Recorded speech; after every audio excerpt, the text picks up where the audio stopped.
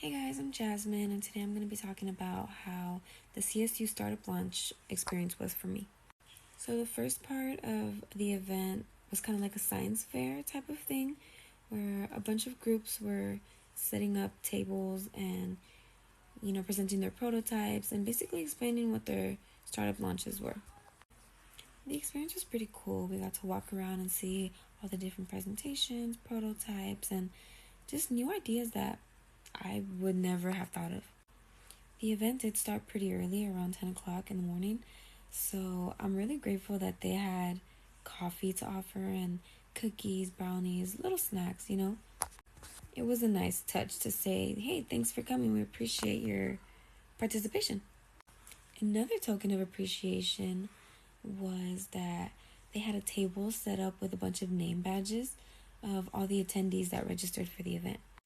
So here is mine. It literally just has my name and then it just says attendee.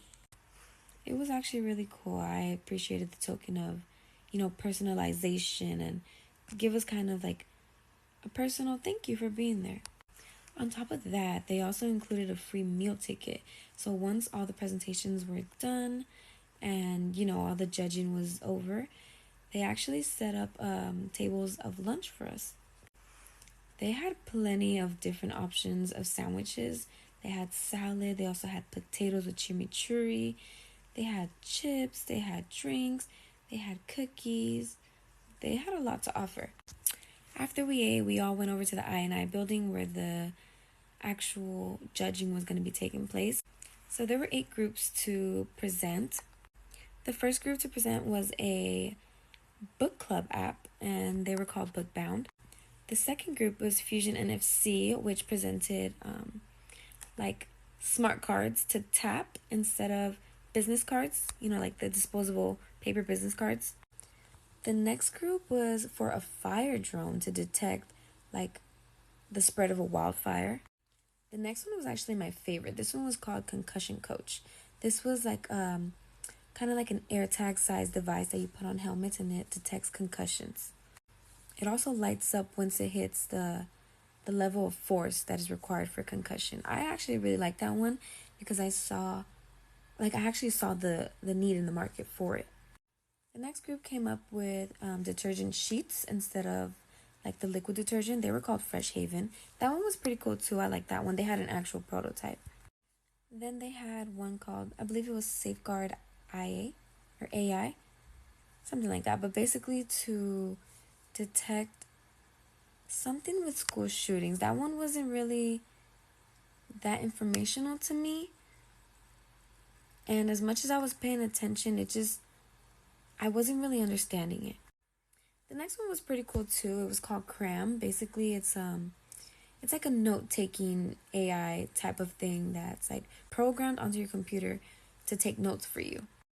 The last one was called Nextera Tech, and it like detected lithium battery toxins and like waste management. The presentations were only 3 minutes long, and the Q&A didn't even feel like they were 5 minutes long. But considering that there were 5 coaches, it does make sense for the Q&A to be 5 minutes. Unfortunately, I couldn't stick around to the end to see who the winner was. I had an exam at 4, and I just couldn't be there for them to announce the winner. I do really hope that they gave the prize to the concussion coach, because that one is actually a really good idea, and I feel like it would benefit a lot of helmet users in like the sports industry or even like motorcycle riders. But yeah, the experience was fun. I brought my friend Haven with me. She goes to Cal State LA.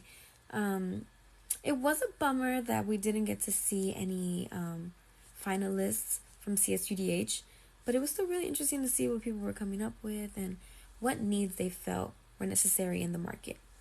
It was cool. I would definitely do it again. I wish I got to see more than 8 groups present, but it was still a really fun experience.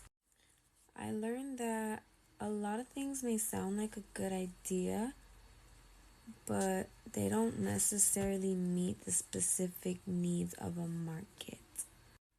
But hey, I'm still learning to this day, and you know what?